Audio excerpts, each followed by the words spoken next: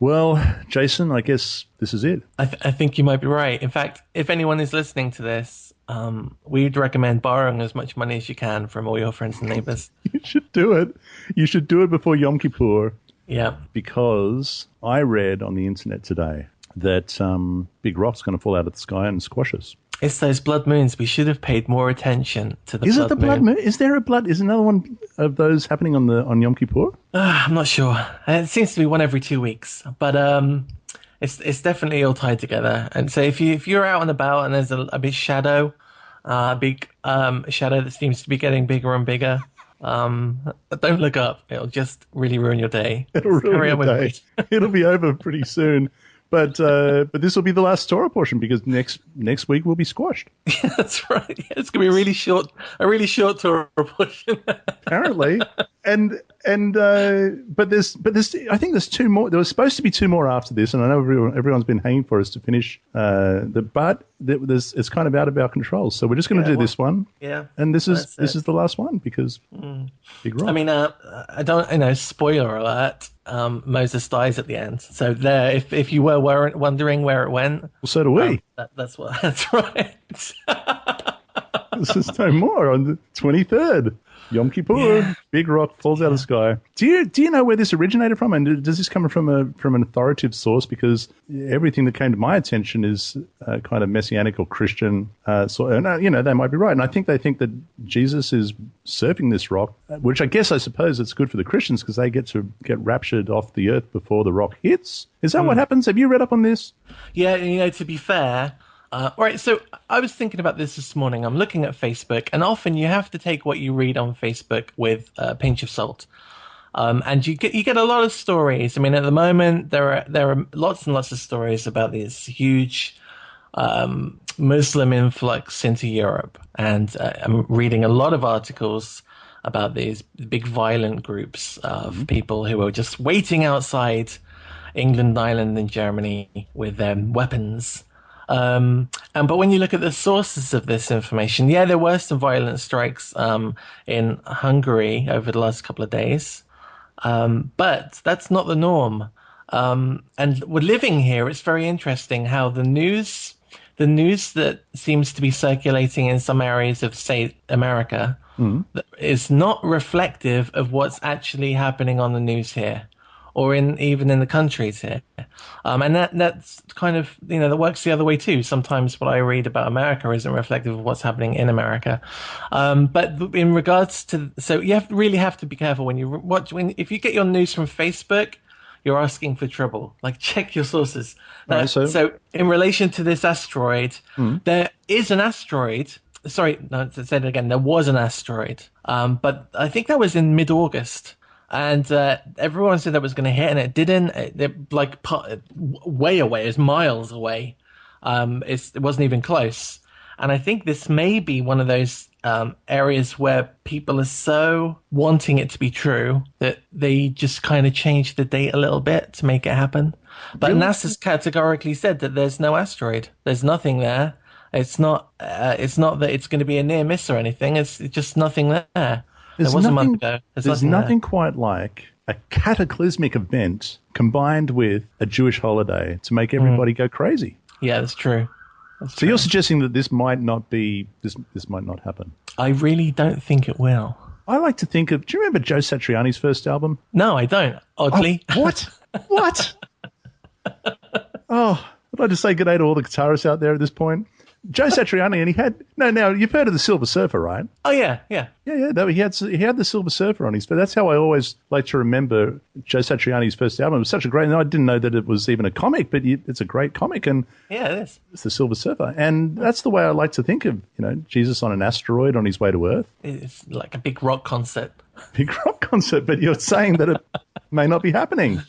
All right, I'll tell you what. We'll make a deal with the listeners. If it doesn't happen, if there's a chance that Jesus is not surfing on an asteroid to come and squash us all, then on the 23rd of Yom Kippur, this next week, we'll do another program. What do you reckon? Yeah. Well, maybe not on that day, but we'll have something ready for the Friday. We'll continue on with the Torah Pels. Yeah. All right.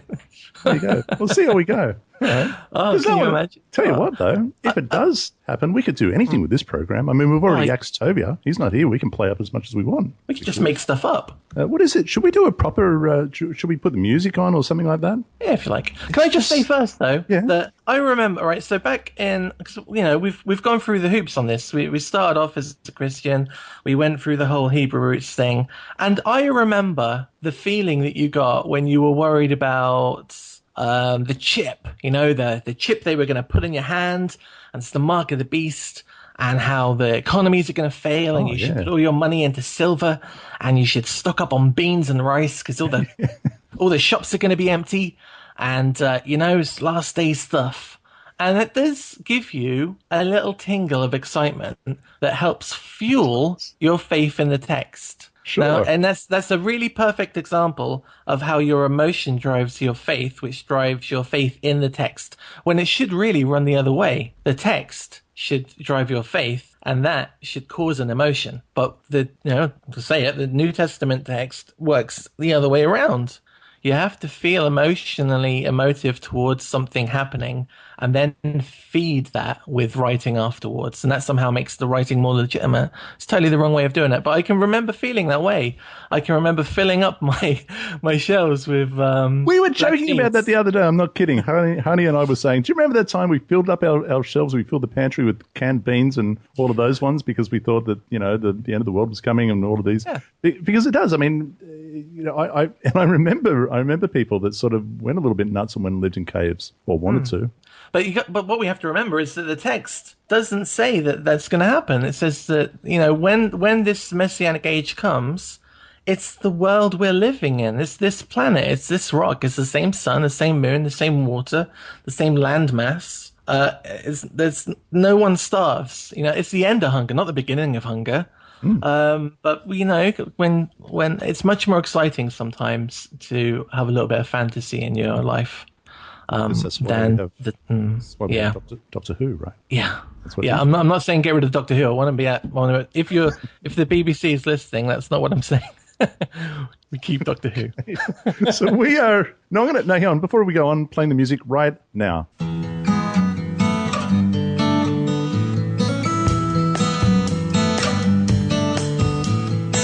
You may be around the world, and thank you for joining us once again on truth2u.org. That's truth2u.org. And season 2 of Torah Pearls. I'm Jono, and joining me in the virtual Truth to You studio all the way from Ireland is Jason of spiritualbabies.net. G'day, mate. G'day. I'm just building a small hurricane shelter from all of my books and pillows. I think I'm gonna live this through. If it kills me. You're going to survive. That's good. We are in Vayelech. Yeah, Vayelech. That's where we are. Deuteronomy chapter 31. Pretty much Deuteronomy chapter 31, I think. That's what it is. Okay, well, listen. It begins like this. You ready? Yeah. Then Moses went and spoke these words to all Israel. He said to them, I am 120 years old today. Let's stop there. That makes me want to jump back to, what is it? Is it Genesis chapter 6, verse 3, I think? Because there's a lot of people saying, well, that's as far as he can live. Because so it says, Genesis 6, 3, it says, and the Lord said, my spirit shall not strive with man forever. He is indeed flesh, and his days shall be 120 years old. And I think that's the traditional understanding of that verse, that God limit. Now, he didn't limit. Now, and I'm not, I don't know. I remember there was some report, maybe a few decades ago, of a French woman who made it to 122. I don't know how accurate those records are, but people certainly struggle to get past 120 these days. You never it doesn't make the papers, and God didn't do that straight away. But it seemed to be that within centuries, nobody sort of lived past that point. No, and the tradition is that, people have different understandings of it, but the tradition is he was actually 120 years old on that day. I mean, the fact that this day comes in, right, I am 120 years old this day. I mean, why not now? Or why not I'm 120 years old? This day leads people to think that was the final day, that there was a reason for that day being a special day, and that's why it's in the text. The interesting bit is the next part. I can no more go out and come in. Yeah. So we have to ask ourselves, well, what does that mean? We know from the end of this story that his eyes didn't dim and he retained, what was the phrase, his natural moisture, which if you do a little bit of research, that's kind of an interesting term, which we definitely can't go into in this program. But let's say he was very healthy as a man. But the but because we know because we know he was kind of fit, he was ready to go. Why can't he go out and why can't he come in? So there's a few different understandings of this. One is that the authority had been taken away from him to make decisions regarding the future of Israel, right? So as a judge, someone who takes in the information and gives out the rules on certain things, he was no longer qualified for that. That's now Joshua's job, which we go into in more detail here. But I think the most important thing is that he can no more go forward and he can no more come into the land. This is like the full stop to his life. He's accepted that. And there are, again, lots of interesting traditions behind this story, kind of oral traditions and stories regarding his conversations with Joshua and the people, and Joshua now being, because it must have been a very difficult time, right? He's already told Joshua in private what's going to happen, but now he has to tell the people. And if supposing there's a position where the people are standing and watching the two of them, and now they're wondering, why is Joshua the one kind of seemingly in charge now, and Moses hasn't said anything yet, so everyone's kind of confused. There must have been a little bit of discomfort in the camp. And so anyway, yeah, but that's kind of what we get in this passage. We get Moses telling the people what's going to happen regarding their leadership, their future, and in a much bigger context, the future of Israel as a whole in the world beyond them entering the land. So it says in verse, where are we up to? Verse 3. Oh, yeah, cross over the Jordan. Joshua himself crosses over before you, just as the Lord has said. And the Lord will do to them as he did to Sihon, to Og, to the kings of the Amorites in their land when he destroyed them. The Lord will give them over to you, that you may do to them according to every commandment which I have commanded you. Be strong and of good courage. Do not fear or be afraid of them. For the Lord God, he is one who goes with you. He will not leave you or forsake you. How often have we heard up to this point, be strong and of good courage? Or would you say it's a kind of a familiar phrase up to this point? I'm inclined to say, yeah, it sounds familiar. Because most famously, Joshua says that to the people. Right at the beginning of the book of Joshua. And I think it's probably going to be on the first page of everyone's Bible. But Moses says that like 4 or 5 times in this Torah Pasha. And I can't help thinking that Joshua's paying super special attention now to how Moses deals with the people, and he takes this on as a mantra. So when Joshua leads Israel forward, he says, "What did Moses do when it got sticky? You know, when things were starting to get rough and they were entering the new land." So we're gonna hear Moses say this an awful lot over the next few chapters, and it's kind of interesting in that. Be strong and of good courage is more about having faith in God than faith in their future or faith in themselves. It says, don't be frightened of the people, because the Lord your God goes with you. I think that's the most important part. He won't fail you and he won't forsake you. And him not failing the people and not forsaking the people is something that, again, we have to remember through this. I had a conversation with a person yesterday over a video I put up, and they said on YouTube that the Messianic age didn't happen as was promised in Jeremiah 31 because the Jews rejected Jesus. And because of that, God failed and forgot Israel. But we know from the text that that's an absolute impossible thing to happen. That they're a treasured people. So we kind of have to read this line for line and remember when we get to parts like this that this isn't just a one-off. He's not going to not forsake them for a week. He doesn't forsake them, period. Then Moses called Joshua and said to him, in the sight of all Israel, be strong and of good courage, for you must go with this people to the land which the Lord has sworn to their fathers to give them, and you shall cause them to inherit it. And the Lord, he is the one who goes before you. He will be with you. He will not leave you nor forsake you. Do not fear. Do not be dismayed. That's pretty cool. It says there that Moses says to Joshua in front of the sight of the whole of Israel, because in Deuteronomy 3:28, it's the end of 3.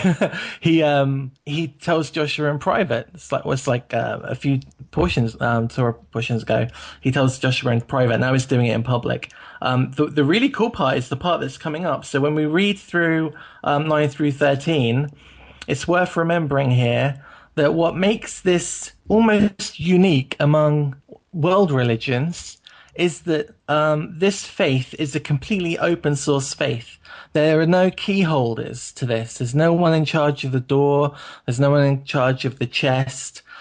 All the law is said to all the people, from the children to the parents, to the priests, to the elders, to the slaves. Everyone gets an equal opportunity to learn the whole of this law. It goes forward. You don't have to approach anyone and ask what it means. You don't have to buy a special expensive book to understand what it says. You don't have to be part of a group or a cult or, a tiny niche group that it's got some guru telling you what the words mean. God explains through his prophets and through the Torah exactly what's expected of the people. And it's super important for people to remember that it's a complete religious democracy. And I find that really refreshing to remember that it's a free religion and and nothing is hidden. It's an everlasting possession for the people to keep and to hear and to do. So it's worth remembering that for the next chapter. He will not leave you nor forsake you, so do not fear nor be dismayed. I like the word dismayed, and just when I read that, it reminded me of Jeremiah chapter 10, verse 2, Mr. Spiritual Babies, and this is what it says. Do not learn the ways of the Gentiles. Do not be dismayed at the signs of heaven. For the Gentiles are dismayed at them. Yeah, what does that remind you of? Rocks falling out of the sky and squashing people? Anyway, let's continue on, shall we? From verse 9. So Moses wrote this law. He wrote the law and delivered it to the priests, the sons of Levi, who bore the ark of the covenant of the Lord, to all the elders of Israel. And Moses commanded them, saying, at the end of every 7 years, at the appointed time, in the year of release, at the feast of Sukkot, there we go, Feast of Tabernacles, when all Israel comes to appear before the Lord your God in the place which he chooses, you shall read this law before all Israel in their hearing, gathering the people together, the men, the women, the little ones, and the ger, right? Am I right? I've got stranger, and the stranger who is within your gates, that they may hear and that they may learn to fear the Lord your God and carefully observe all the words of this law, that their children who have not known it may hear and learn to fear the Lord your God as long as you live in the land which you cross the Jordan to possess. Jason. Yeah, it's way cool. And you're right. It is ger. So the ger in the text is the person who lives within the gates of Israel, abides by all the rules of Israel, but isn't technically Israel in that they aren't descended from the tribes or those who they don't own land. Yeah, they don't own land. They didn't leave with Moses. They didn't leave Egypt. They weren't at Sinai. So this is passed on a bit, and it's not surprising that during that period, people would have seen the awe of God and want to be part of that group. So yeah, that's for another. The different types of ger is a different thing, but in this instance, the ger is the person who's undertaken the law. They're living within within Israel on a daily basis, and the law is for them as well. But in the same way that the law in Ireland is for everyone in Ireland. I'm not Irish, but I have to abide by the same rules. I don't get to do all of the things because I'm not Irish and I'm not a policeman, I'm not a lawyer, and I'm not a doctor, so different parts of the law apply to different people. So I did have something else here. So it's the Shemitah year, I think the church probably call it the sabbatical year, and a lot of people have asked why is it read on this year? And the tradition here is that because. So actually, you'll find that this pops up a few times. As often there's a correlation in the text between God giving miraculous signs and wonders over a period of time, and the people taking that blessing as a sign that they're kind of infallible and that they're doing it themselves and that they deserve it. And the tradition is that because there's no sowing and reaping and that they're looked after this year, the Torah is read every 7 years on this year to remind the people that it's God that put them in this position. It's not their hard work from the previous year. It's that they're being looked after because they're God's treasured people, and they're not self-sufficient, if you like. That God is sufficient for them rather than them for themselves. Then the Lord said to me, now this is a bit rough. This is verse 14. And the Lord said to Moses, "Behold, the days approach when you must die." I mean, that's not the kind of news that you want to hear, but it's just put to him in such a black and white way. Call Joshua and present yourself in the tabernacle of meeting, that I may inaugurate him. This is the Lord speaking to Moses. And again, and you've already alluded to this, but this takes us back to Deuteronomy chapter 18, doesn't it? And we did a program on this. We've mentioned it a couple of times during the Torah Pearls, but a lot of people say, who is that? The prophet likened unto Moses that we read about in 18. And very, very clearly, it is Joshua, and here it is outlined for us.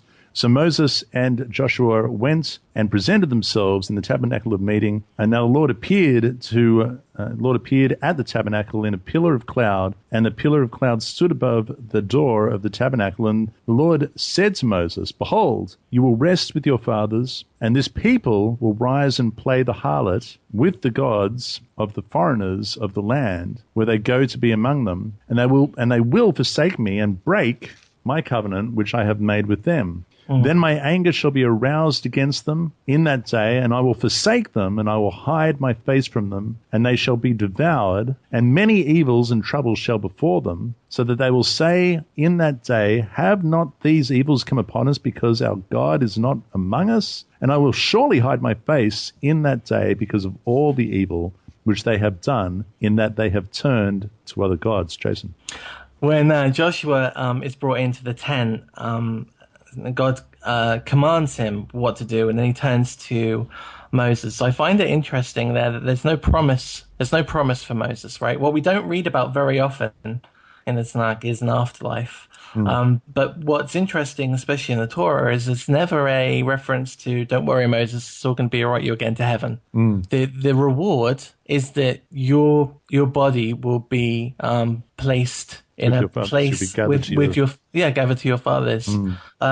That's the reward, that you'll be a part of this continual line, and your seed will live in the land. And you won't be forgotten. That's the prize, if you like, for this. And I find it super interesting that there's never any coaxing or blackmail beyond the life that you're living. It seems to be an assumed knowledge that we just don't hear about have in black and white. But what I mean is that so in Ezekiel 18 it says that all souls belong to God.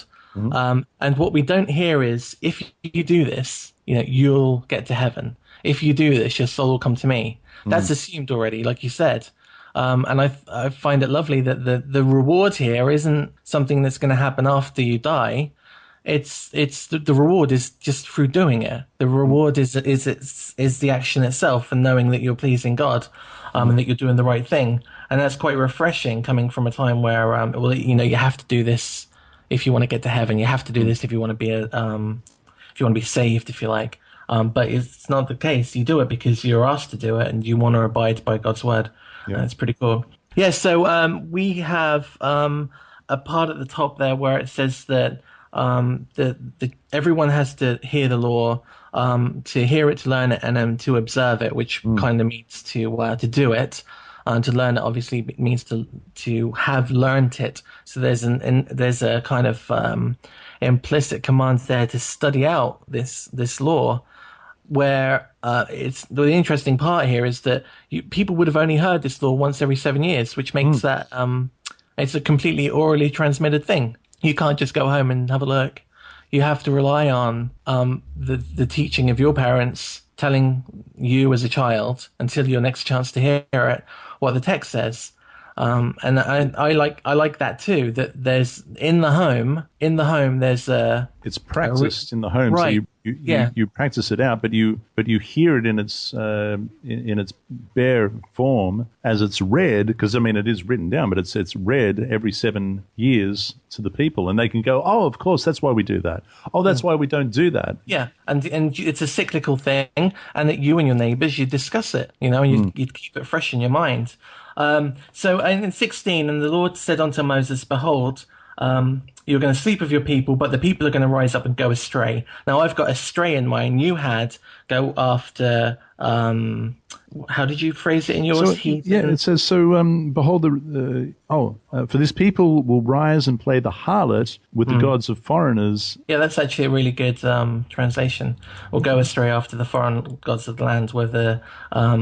So it's basically saying that I'm going to die, but I know exactly what's going to happen. And this not only is a kind of a prophecy, but it's kind of like a promise.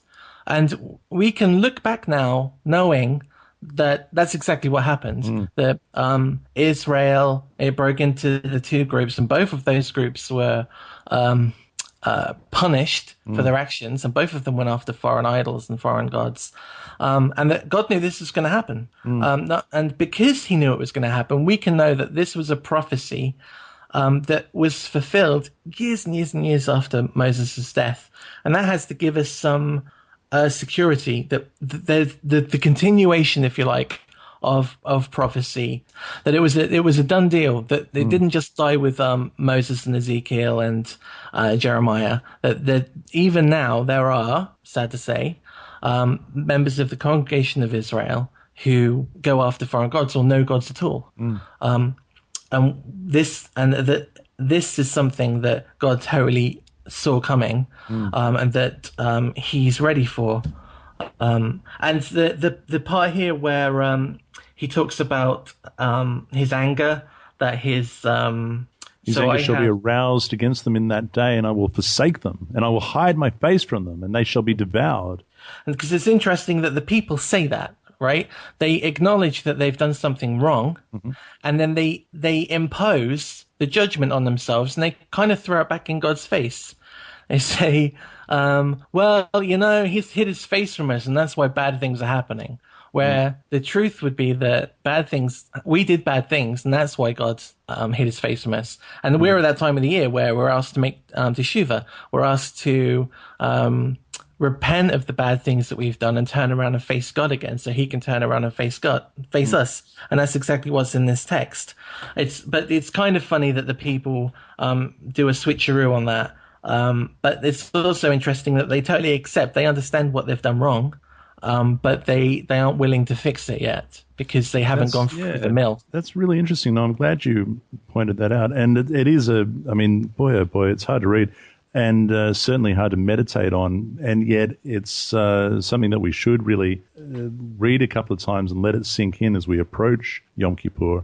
It continues in verse 19. Now, therefore, because this is going to happen, he's saying to Moses and Joshua, now, therefore, write down this song for yourselves and teach it to the children of Israel. Put it in their mouths, that this song may be a witness for me against the children of Israel. Now, get that. This is the reason why the song is given.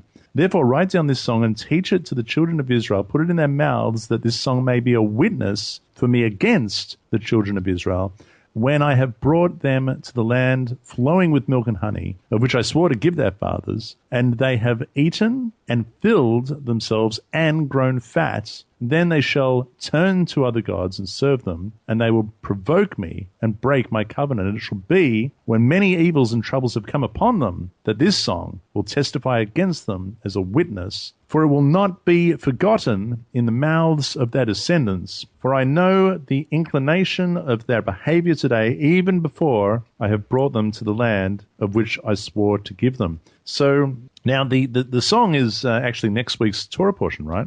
Right, it is the whole thing, but it's to be learned off by heart. It was something that you should teach to your children. They teach to their children. It's always in their brains. It's something that they sing growing up, and that's why it's a witness, and that's why it shall not be forgotten. And then they'll get to the point in their lives where things have suddenly gone crappy, and they're like, I wonder, why did he leave us on our own when things have gotten so rough? And then maybe one of them starts humming this song, and everything becomes clear. But yeah, it's one of those. It's one of those things which, I mean, traditionally, a religious Jewish household will teach their kids the Torah. Period. But this song was something that was separate to that, but included, and it was something that should be. It says when it says put it in their mouths, it literally means to know it by heart. And the reason that they should know it by heart as well, and that it would be that witness. And so I remember hearing in regards to verse 20, bring them into the land flowing with milk and honey, a land of plenty, of which I swore to give to their fathers, and they have eaten, but not only have they eaten, that they are filled, they've filled themselves, and not only have they filled themselves, but they've grown fat. In other words, they've got excess. They have so much that they say perhaps to themselves, we've got what could possibly go wrong. I have more than I need. I'm full, and in fact, I've grown fat. I've got excess. Then they will turn to other gods and serve them, and they will provoke me and break my covenant.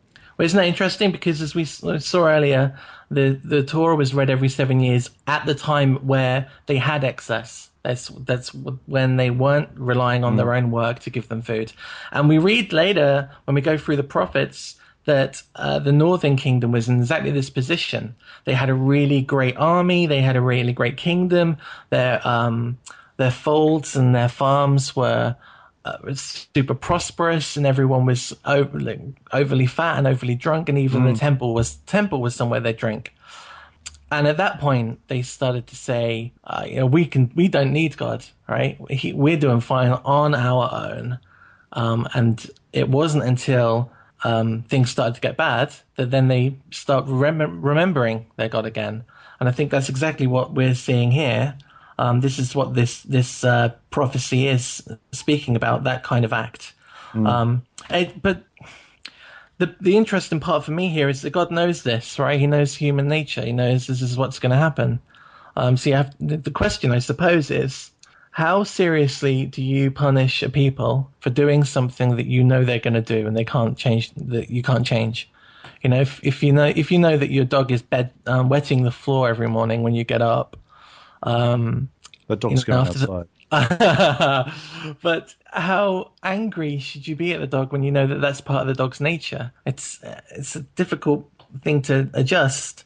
But I think that's one of the reasons that. But should it be part of their nature? Should it be? Because with everything that God has done in the eyes of the Israelites, Mount Sinai, should it be their nature? Should we not be keeping to the covenant, being obedient to the commandments, and forsaking foreign gods and so on and so forth, and yet we don't. I don't know that we can. Boy, this could get very deep very soon. But I don't know that we can say that that we're programmed to do this. Therefore, why would God set it up like this and then be angry at us? Yeah, it's not so much that we're programmed. It's the fact that God knew this was going to happen. He knew that it was going to happen. Yeah, right. And because He knew it was going to happen, and we have to assume that that was part of the particular people that were living at that particular time. He knew that was going to happen. Should we keep by the covenant? Yeah, we should. I think it's human, right? So I have this utility room, and in the top right-hand corner, we've got this fuse box that deals with all the fuses in the house. And a while ago, we had an issue with one of the fuses, and the electrician came. He didn't have the one we wanted, and he did this thing with a piece of copper coil and tinfoil, and stuck it in, and it worked. Right? But he said, whatever you do, don't touch it. So for the next 4 months, I was terrified of even opening the door to that cupboard, right? Right. But that was maybe 2 years ago now. And now I'm not fussed. I'm in there and I'm rumbling around this stuff and I'm getting quite close to it. I'm not fussed by it, even though I know it could kill me. And I think that's human nature, right? That there's a point in the desert where the people are seeing the amazing things that God's doing to them, and the punishment sometimes that God's giving them.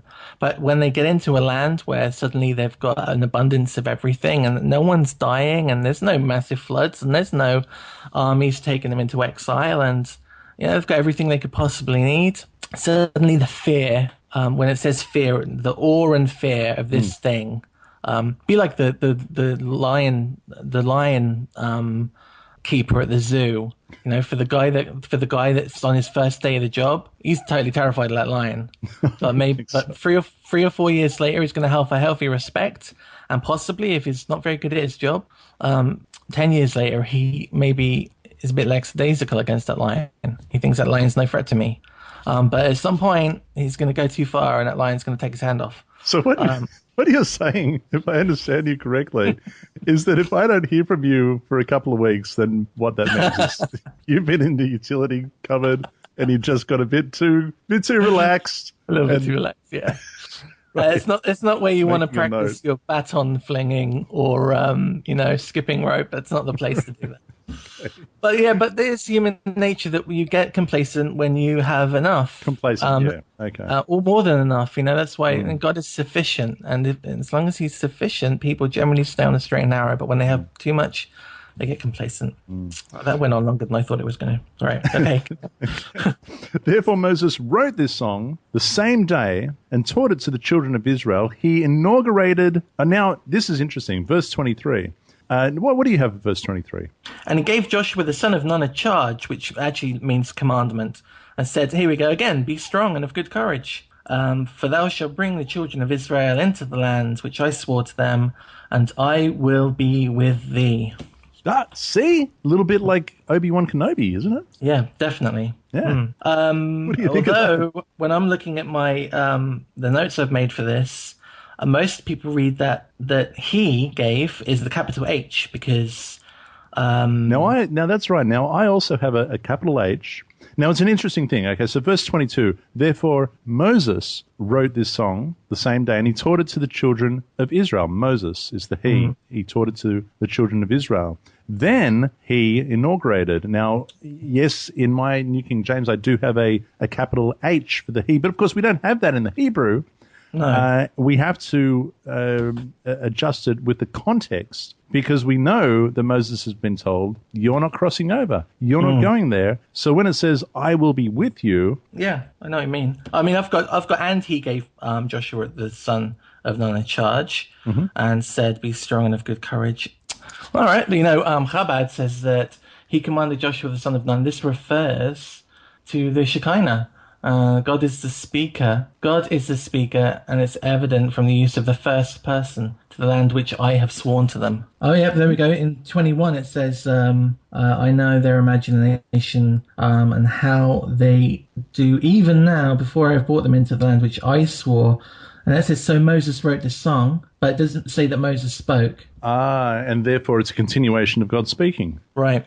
Brilliant. Happy with that. Makes perfect sense. Thank you, Mr. Spiritual Baby. So from verse 24, so it was when Moses had completed writing the words of this law in a book, when they were finished, that Moses commanded the Levites who bore the ark of the covenant of the Lord, saying, take this book of the law and put it beside the ark of the covenant of the Lord your God, that it may be there as a witness against you. For I know your rebellion and your stiff neck. If today, while I'm still alive with you, you have been rebellious against the Lord, then how much more after my death? He's pretty cranky at this point. I would be cranky too. After the whole thing, where it got so trying that he even said to God, can you just kill me now? Just kill me now.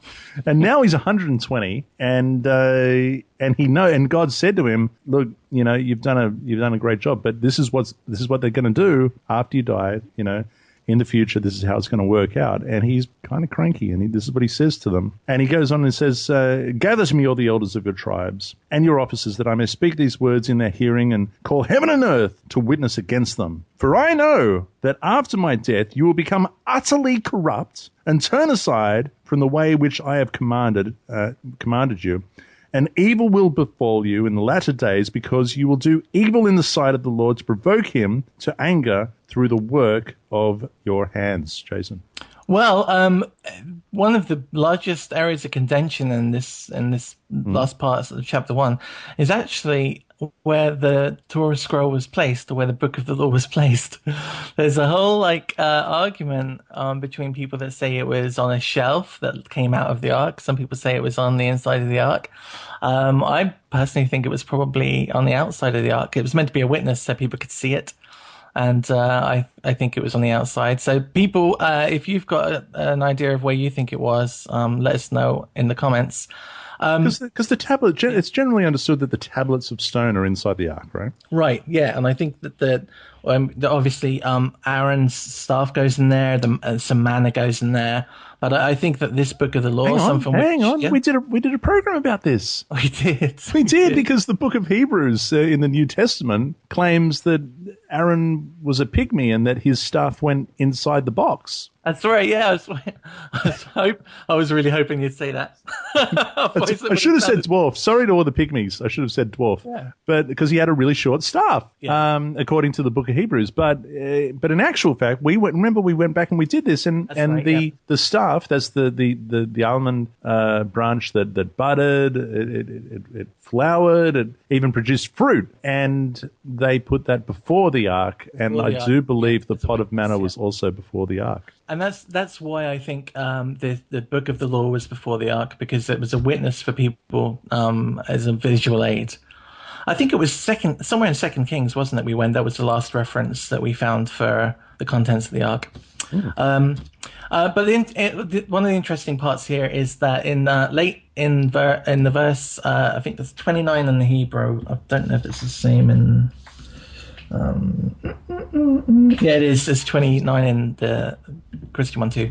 It says that to provoke him with anger through the work of your hands. The kind of the plain reading of that, someone might think that is like the everyday work of a person's hands, but it's actually relating to the creation of idols and the worship of idols. Right. Which is a reference to, I think it's 4:28, Deuteronomy 4:28, where we talk about the idols that you create with your hands in silver and gold. Right, that makes perfect sense. Now, that is not where our Torah portion ends. There is one more verse. In the Hebrew, it's verse 1 of chapter 32. In the Christian translation, it's verse 30 of chapter 31. I think I've got that right. Have I got that right? Yeah, that's right. Yep. Okay, this is what it says. And then Moses spoke in the hearing of all the assembly of Israel the words of this song until they were ended. Now, it's going to be, it's next week, right, that you and Toby are doing a 2-part harmony of this song? Yes. As long as a rock doesn't fall on us between now and then and squash us, that's what the listeners have got to look forward to. I'll tell you what, if the rock does squash us, that's exactly what they've got to look forward to. If it doesn't... As opposed to a 2-part harmony of you and Tobia and the Song of Moses, but it goes on like it's what is it about over 3 pages? Yeah, and it's interesting because it is in depth. It does go on, but it is something that we're to commit to heart. And I will admit, I have to say, I don't know it off by heart. Do you? No, not at all. You better start practicing if you're going to sing this next week. Yeah, a couple of years ago I tried, but it's very long. And without a tune, if there was a tune, I'd probably be a little bit easy to remember because I'm actually quite good at lyrics. But there is. But by the way, there is a tune, and maybe we can ask Tobia about that next week. Now, where is Tobia? Well, he heard that the rock was coming, and he got a whole lot of tanks, and he's gone to the bottom of the ocean to see if he can. No. Where is he? By the way, do we know where he is? I think he's in his island hopping. synagogue. Yeah, he's visiting lots of different people. Yeah. I mean, we have to remember Tovia is a rabbi, and it's right in the middle of the jungles of Indonesia. Yeah. So he's got a lot of people to see and a lot of different things to organise. He does indeed. But we look forward to speaking with him next week as long as the rock doesn't squash us. Thank you, Mr. Spiritual Babies of spiritualbabies.net. What's going on spiritualbabies.net? What is going on? So I've been carrying on. I've got a series I'm doing called Two Witnesses, which is based on a book by Jonathan Fjordell.